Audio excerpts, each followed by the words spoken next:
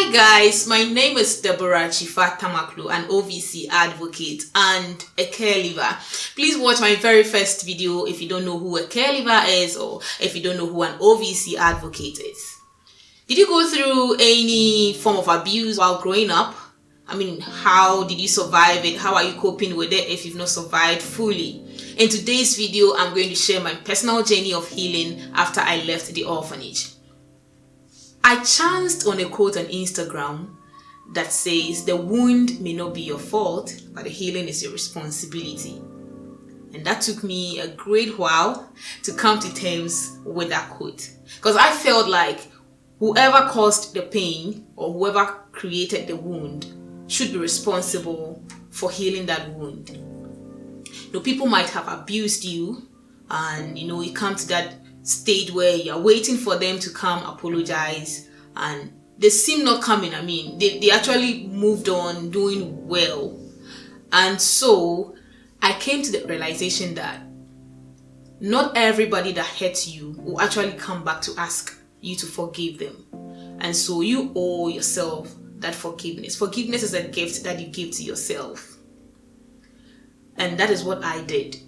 I kept the orphanage fact to myself for a very long time because I was just afraid I'll be pitied or mocked by friends. But I was just so tired because the bitterness was so heavy.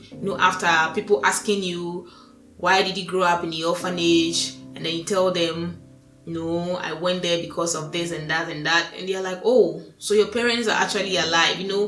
That is also another form of pain. It's not an easy ice to break to end up amongst orphans whilst your parents are alive. And so I took that conscious decision. It's an effort that I made to let go. And so that is the great step, or the very first step that you have to take if you want to heal. It solves 50% of the problem. I came to understand that I needed that healing for my own self. I needed to find my voice. I needed to stand in the gap for other young people that are upcoming.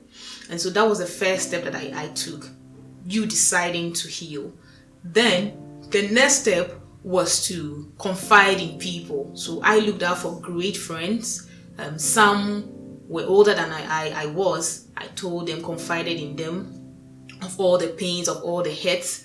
And that is also another step that you can also take to heal from whatever pain or trauma that you're going through. And then the next thing I did was to read. So I searched on the internet on books that was relatable to my case. There are people that have survived so many abuses and have written books. And so please look out on the internet, get yourself some of these books to read, and I sure believe it's going to help you overcome whatever pain that you're going through. And then the ultimate thing is to seek the face of God, because He is our healer. He's our ultimate healer. He's that great friend that sticks with us through thick and thin. So you go to Him in prayer like I did. I went to God. I told Him that I was tired of the whole issue, was tired of all of the bitterness, and I asked for His help, and He surely did for me.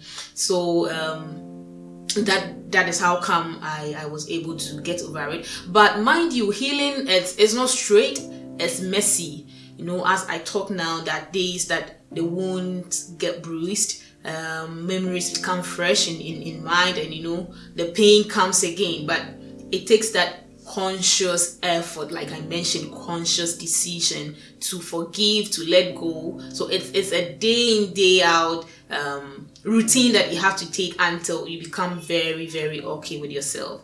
All right, so I want to know how you also survived or overcame whatever pain or trauma or abuse that you survived. Please let me know in the comment section, as it can bless somebody. And like always, we are not just sharing stories. All stories that we're sharing is aimed at impacting and inspiring others to be the best version of themselves and also to be a voice. So please don't forget to subscribe to our channel, and as always, please like and don't forget to share to stay. See you in the next video.